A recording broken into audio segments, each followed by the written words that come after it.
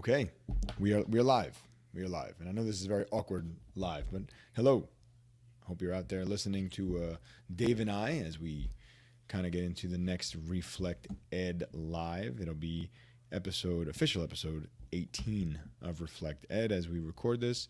Tonight we are talking about success and how we feel we measure success. Just to be this spoiler here, we're going to be talking about different kinds of testing, whether it is formative assessment, summative assessments, whether it is standardized testing, classroom data. We're digging in tonight. So we are here. We hope you join us. If you were watching us live on the Twitter or YouTube, if you want to join us in this conversation, you have the ability to do so. You can either DM Dave or myself, and we'll let you in with the link.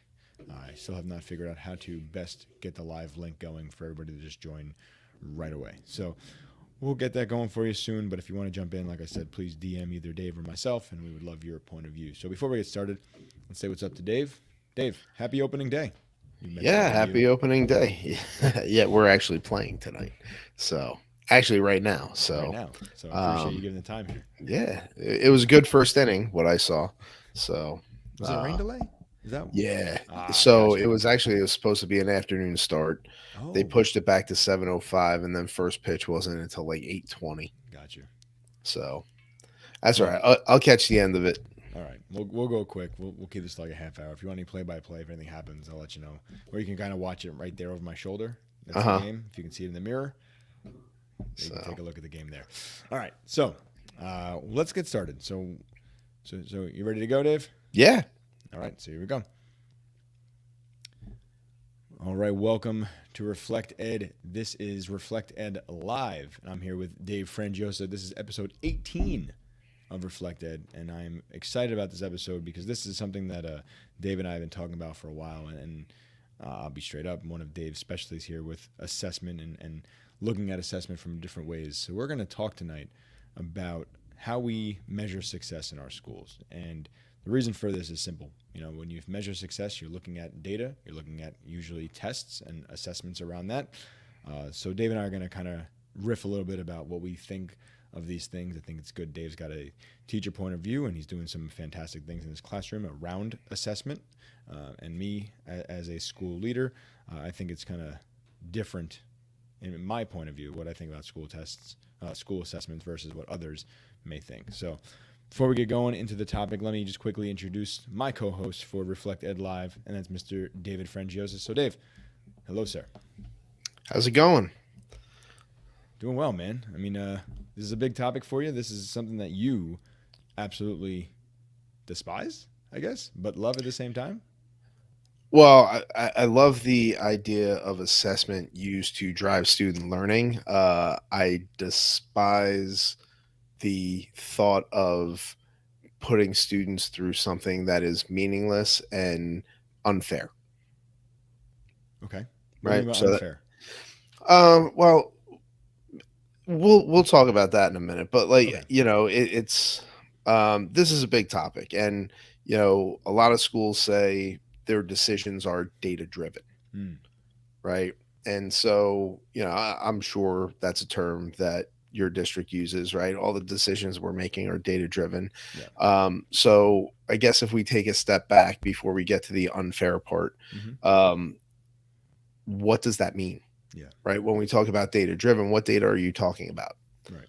Right. So, from my perspective as a classroom teacher, it usually means standardized testing Mm-hmm. because nobody's paying attention to the data that I'm collecting at the classroom level. Very true. All right. So, they're looking at state testing, they're looking at things that are reported, SAT scores, college admission percentages, graduation rates, standardized testing, right? So that's all the data that they're talking about. So, um, I guess my question for you is when you're talking about data driven, right?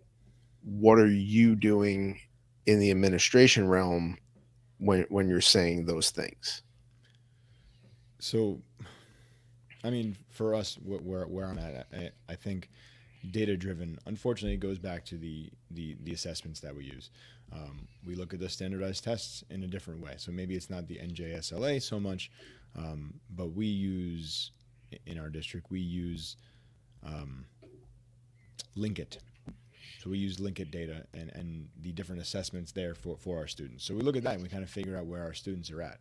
So Linkit has been a successful, I'm going to say successful way of determining how our students match up to their peers.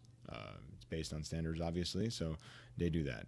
Data driven, when we look at talking with teachers, obviously we throw in Linkit data, but we talk about the fact that, what are you seeing as a whole child? I think that's one of the things that we need to start putting forward is that whole child data. I'm going to put in quotes because you can't measure that as a data form.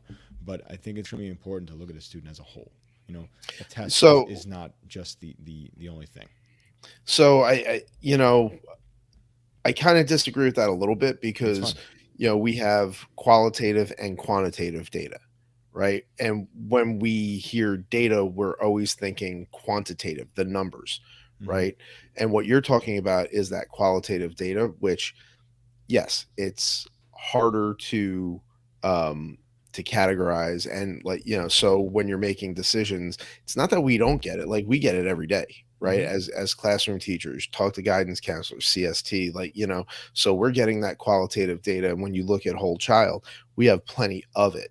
It's just not formatted in a way that's easy for districts to make decisions on. When you do climate and culture surveys, right? So I'm sure you do a lot of Likert scale things, but if you have any open-ended stuff, that's qualitative data, right? And those are things that you can use. It's just harder to sift through. And a lot of things that we do in education, we're doing for ease. Okay. Right. That is very, very true. We are always looking for the easy way out. That's why the standardized tests are so successful. It's there, it's put in place, and click, click, click, you get your responses. For me though, and I'm going to talk about personally, assessment to me, standardized testing especially, I struggled on all tests. Any test you put in front of me, multiple choice, standards based, like the only thing I really think I did well on is an essay because I can kind of figure my way around that. But you put a test in front of me, when it was the SAT or Regents exams when I was in New York, I struggled. So it did not show who I was as a real student because I had anxiety when it came to testing. I still remember to this day sitting in my high school math class, taking their final exam. It was a Regents exam, and I knew what it meant for me, right? If I didn't pass this test, I wasn't going to get a Regents diploma in New York State. What did it mean? Nothing. But still, I needed a Regents diploma, right? Because I was in New York State and I was going to a New York college. I was sitting in that class sweating profusely because I was just nervous of the result.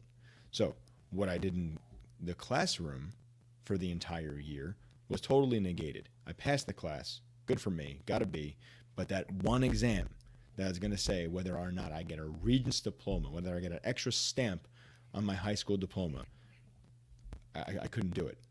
I had to take the test again because I don't think I passed it because I was in fear the entire time. So what does that show for me? We're talking about data. What is the data on AJ Bianco as a high school kid, as a 10th or 11th grader? What does that show? I got a B in the class, but man, this guy can't take a test to get to the Regents level. And that's kind of what I was talking about when I was saying unfair, right? So and I know I bring up Michael a lot, but Michael Weingarth, PenelopeEducation.com, and he's at Learning Pillars. He has a really great post that summarizes the history of standardized testing, especially like the SAT and IQ tests. But it shows how problematic they can be, right? And there's really standardized tests fall into two categories. You either have norm referenced, which are the most problematic, or you have criterion referenced, right? So when you're talking about norm reference tests, what that's doing is it's creating a bell curve and it's comparing students to other students based on that bell curve. So a certain percentage of students have to be below proficient, regardless of how well they know something or how they perform, right? And some tests, some common tests that are still used that are norm referenced, IQ tests, SAT, LSATs, MCATs, GREs, right? So when you talk about, some exams that are for admissions into like secondary schools, like, so grad schools, Right. right?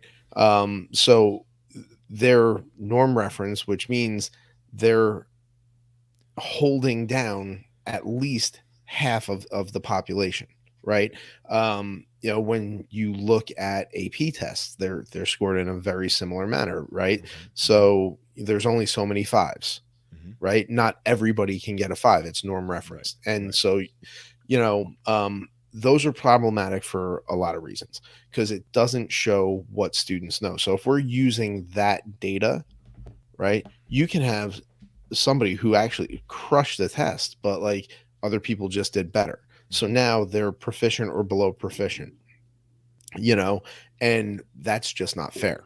Right. And if we're using that data to, do grade schools, right, which, that's tax dollars and funding. And, I'm not sure how the formulas work across the country, but here in New Jersey, right, your test scores drive, your taxes, and your taxes are your funding.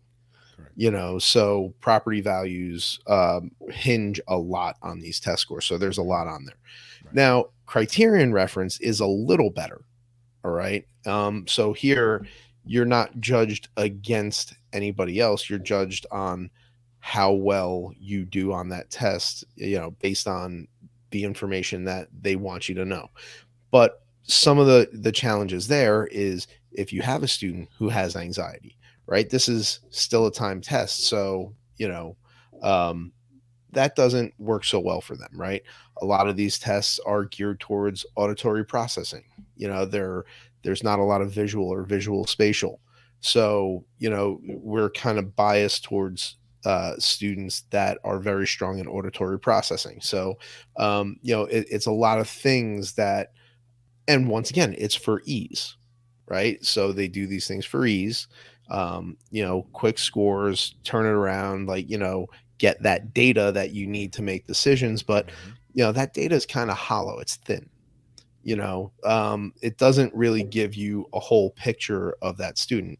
So the other challenge that I have with it is, as a classroom teacher, I've never seen the data on the students that I currently have. Yeah, I've never seen anything that would help me help the students in front of me. Right. So, is there a better way? So there's so many things that I kind of want to focus on here, and I don't want to go too deep. I know we wanted to keep this like part one. Not we could talk about this for hours probably. You talk about with the norm reference tests that they're set up to, I guess, separate, right? Cream of the crop. What are they separating? Like, I want to dive into this for a second. What are they separating? Are they separating what you know versus your peers? Are they separating, who can take a test? What do you, because this is the unfair part. So what are norm reference tests separating? Loaded question. I know it is, and that's why I asked it. Okay.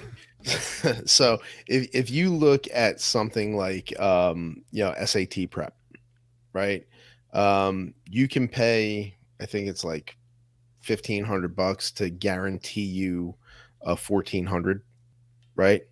So whoever has $1,400 or $1,500, they're guaranteed a better score, right? So what are we really measuring? We're measuring access, right? So in some regards, where we're measuring, do people have the financial capability? Do people have the access to support and help and tutoring, right? Do they have parents at home that are actually knowledgeable on these subjects where they can help them through it? So a lot of times these standardized tests aren't really a measure of knowledge. It's a measure of performance and access, right? So Knowledge and performance are two different things, right? So, um, and people will argue that, well, if you know it real well, you'll be able to perform.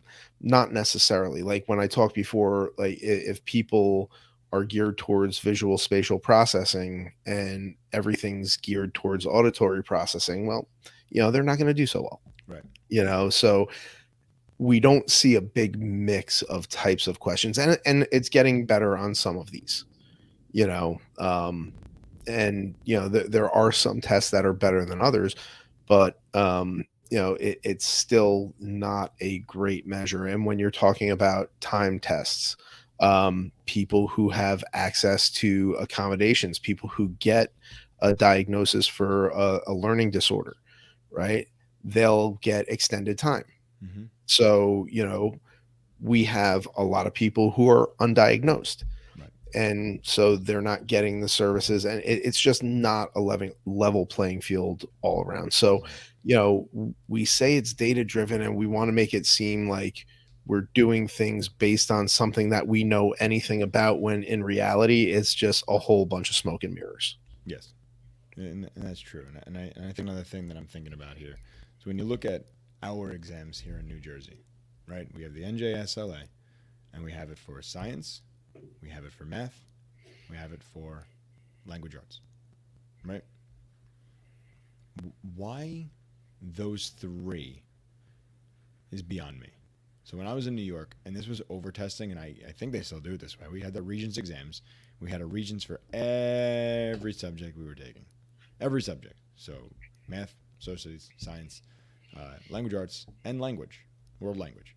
So you had your Regents exams, and you practice those from middle school through high school. You take those. Like it's so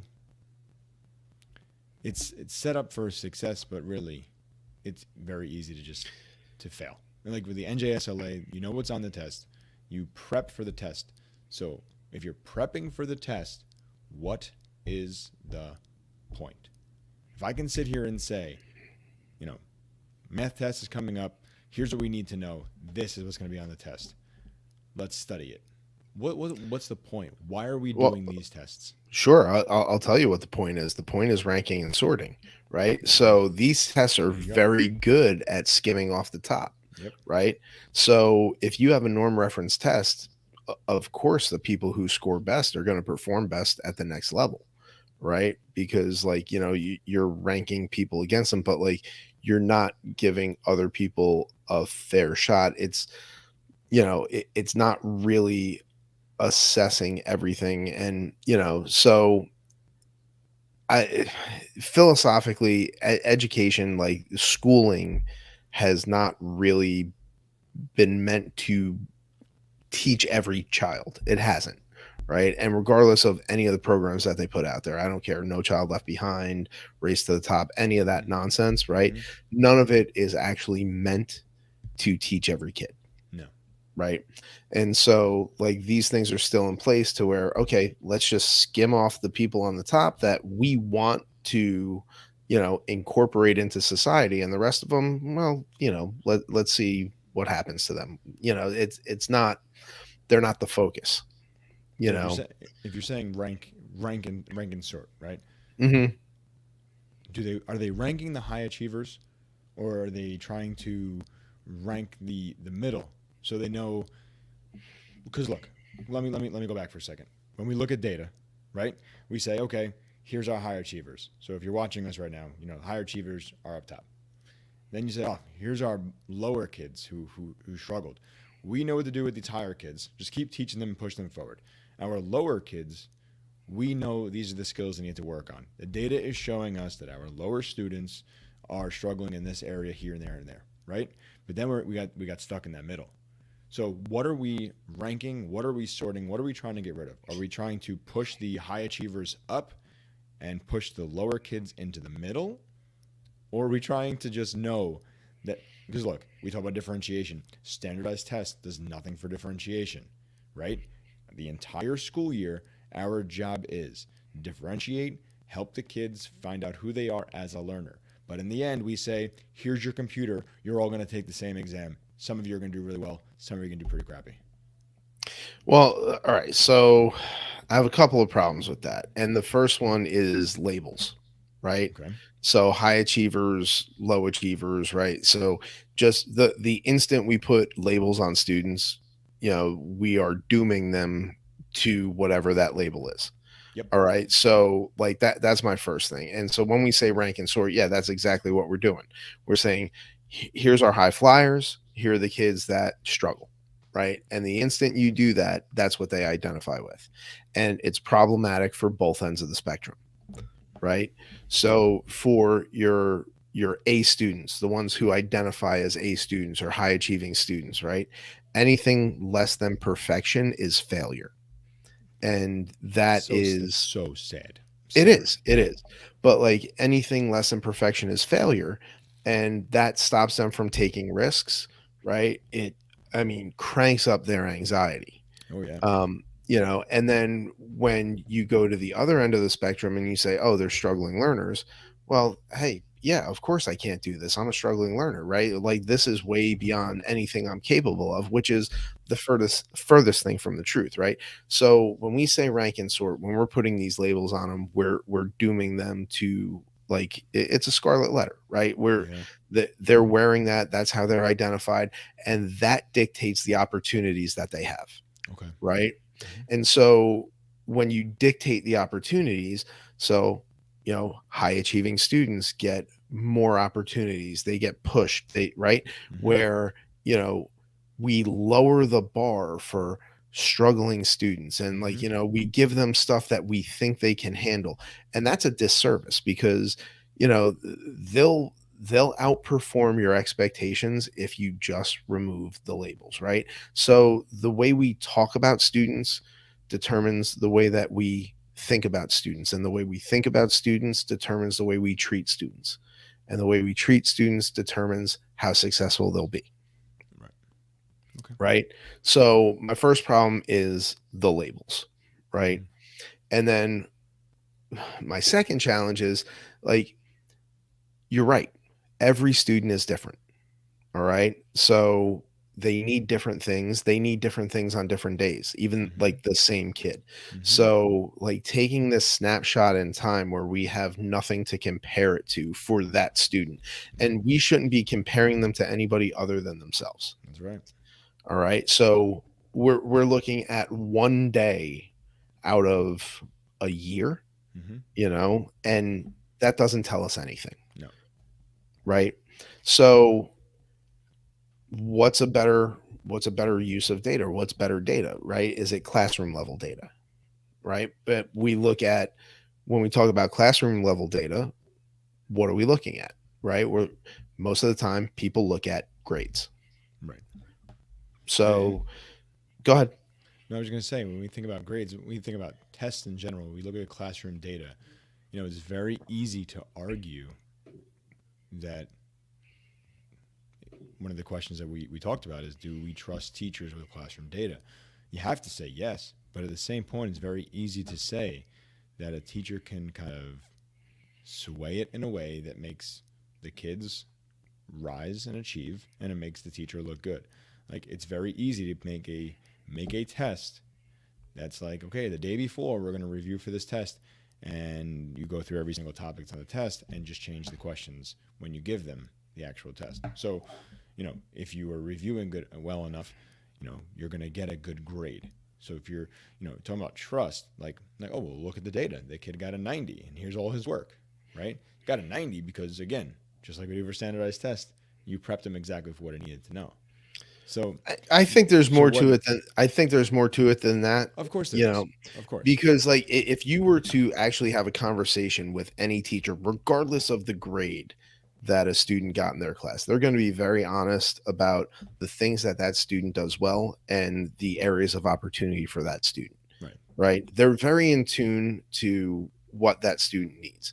The grade, and here's where you're 100% correct, they are wildly inconsistent, right? Even the teachers that have the best of intentions, right, grading, a lot of it is completely arbitrary, and there's so many non-academic factors that go into it, that when you're using that classroom level data, if Yep. all you're using is that grade, Right. right? And think about how we do recommendations for courses. Right.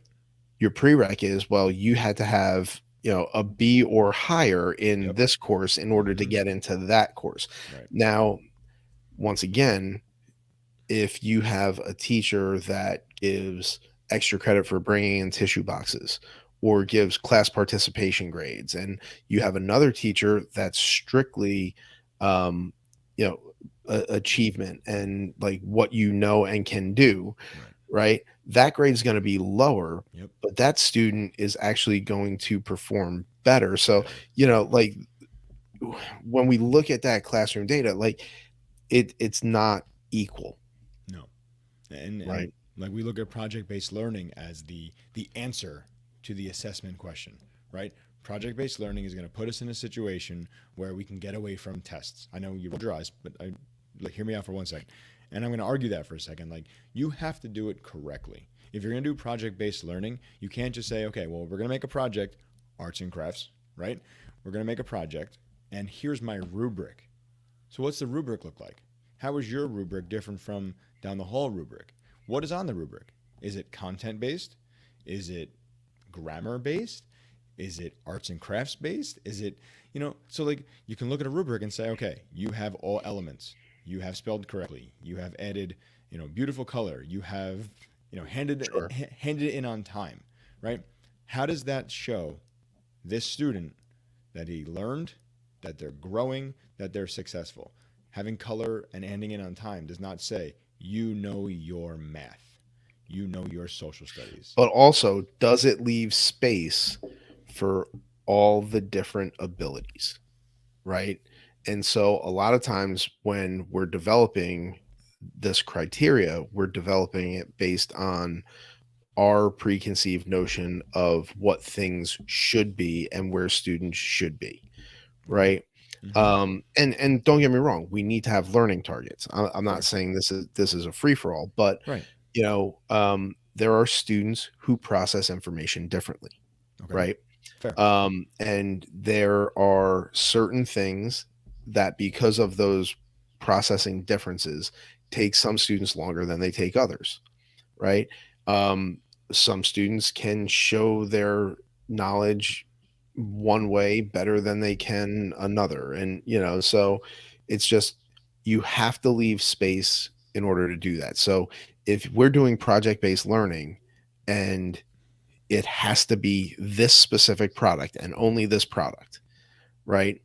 Then that's not really assessing what all students know and can do, Right. right? So, Right. and yeah, you hit the nail on the head. I mean, like when you talk about, the reason I rolled my eyes is people say, "Oh, I'm doing project based learning." Right. Yeah, like you're telling them step by step, this is what to This is do, what I or want like, you to do. Right. Mm-hmm. I mean, just because you can make like a marshmallow model of a DNA molecule doesn't mean that you know what DNA is, Exactly.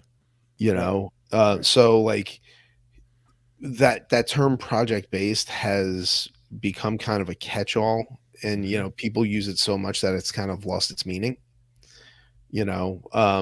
But we need to have different opportunities. Yes, projects should be a big part of that, but they should be relevant, right? Absolutely. There should be some kind of connection there. Like we should have transfer opportunities where it's, recall is important, but like it's also important to extend that transfer, do other things with it, right? And that's something that standardized testing can't capture, Mm-hmm. not effectively. It's something that a grade alone can't really capture. It's all that qualitative data, which isn't really easy and efficient, right? It takes communication, right? People have to talk, right? And you have to trust teachers. It's just, the prerequisite is like, I'm recommending them for this class. Or, down the line, we do away with tracking. Mm. right? And I mean, that's a whole nother That's a whole conversation. different. Yeah, that's maybe But part three. yeah, and look, I mean, it's doable, but like the problem that we have with that conversation right now is that all of these other metrics of how we measure success don't align with detracking, right? So we have to get all those other metrics in line first to Okay. where like we know how to identify where students are in their progression and identify how to support them in future learning. And then, you know, we could detrack, we could have everybody of all abilities in the same room because it wouldn't really matter. We just support them differently. You know, they'd have the same opportunity, just be supported differently. Yeah. No, I got you. And I think the biggest problem is I don't think people are understanding how we can do this, right? I don't think people understand how schools can actually change. I don't think people see the possibilities that are out there because they're so caught up into, well, we've never done that when we were students. They're unsure. They the outside people outside of education are unsure of the changes that can be made. They don't want to get rid of what has always worked. You know, at the Well, and beginning the of this question is conversation, worked for who? right? And I was going to say at the beginning of the conversation, you said school's not for everybody, and that's the way school was made. School was made for um, school was made for people who were not working, right? People who were supposed to learn so they can take over a business. People who had the ability to, you know, leave the farm or leave the factory. You know, school was not mandatory. School was an option, and it was an option for those who can take that time. You know, now it's not an option. Now it's mandatory, but it still is not made for everybody because we still use the same system. We still use bells. We still have early starts. We still have, you know, problems with looking at sports versus where the day begins. We still have problems with grading. We still have problems with testing. We still have problems with, you know, the overall goal of what school should do for our kids. So the change happens so slowly, mainly because no one knows how to make that change to be successful. They're so afraid of changing something that could really be beneficial. And it could start with Partly, grades, and it could start yeah. with standardized tests. And like the other part of it is there are people who actively don't want it to change. Well, You of know, course. Well, look, and can we just say, I look, a company like Pearson, if this changed, how much does Pearson pay for New Jersey tests alone? $300 million. yeah. Is that what they get for the tests? Like, come on, like, Well, yeah, testing is $1 billion industry. right? So, but I'm talking even beyond that, like Okay, beyond the testing companies. But like you look at legislators, right?